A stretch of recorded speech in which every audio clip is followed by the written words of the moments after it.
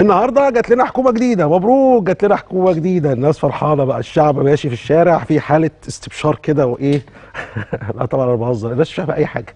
علي النعمه الشعب المصري الشقيق ما فاهم اي حاجه، وكما قال الشاعر علي النعمه ما حد فاهم حاجه.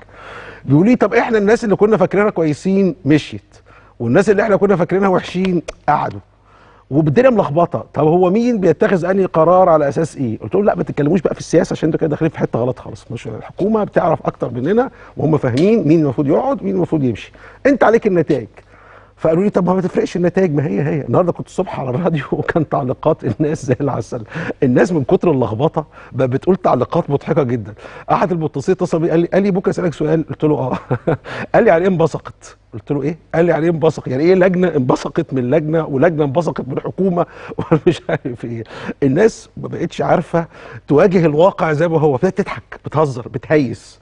يعني الموضوع ما بقاش الناس محتاجه لا حشيش ولا اسمه ايه الحاجات اللي بياخدوها دهيت، لا هي الشعب خلاص بقى عنده قدره ذاتيه على انه يسخر من كل شيء لانه مش فاهم اي شيء.